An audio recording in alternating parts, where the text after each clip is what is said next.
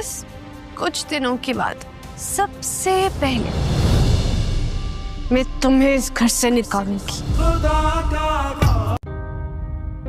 मैं चाहता हूँ कि मेरी और अनाबे की मायूं इसी घर में हो। ये मेरी ख्वाहिश है। अगर तुम ये सब कुछ मुझे इम्प्रेस करने के लिए कर रही हो ना, तुम अपने मकसद में कभी कामयाबी होगी। तुम्हारी ख्वाहिश है या अनाबिया की? बहुत मान है ना तुम्हें अपने और शावेज के रिश्ते पर।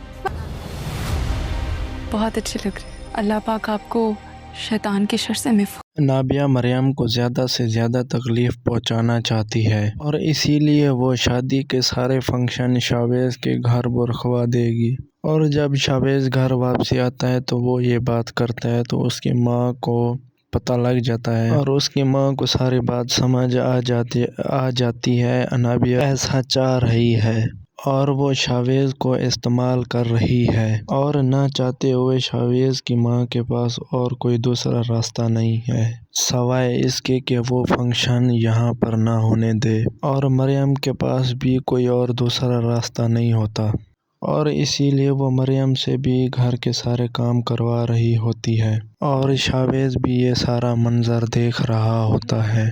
और फिर शाहज़ेब मरियम को कहता है कि अगर तुम मुझे यहाँ पर इम्प्रेस करने आती हो तो ये सब कुछ तुम मत करो, मैं तुम्हारे पास नहीं आने वाला और ना ही मैं अनाबिया को छोड़ने वाला हूँ। और मरियम को शादी के फंक्शन पर ही धमकाएगी वो और बस तुम्हें कुछ दिन और सब्र करना है, मैं इस घर में आ जाऊँगी और सबसे पहले मैं तुम्हें ही इस घर से निकालूँगी।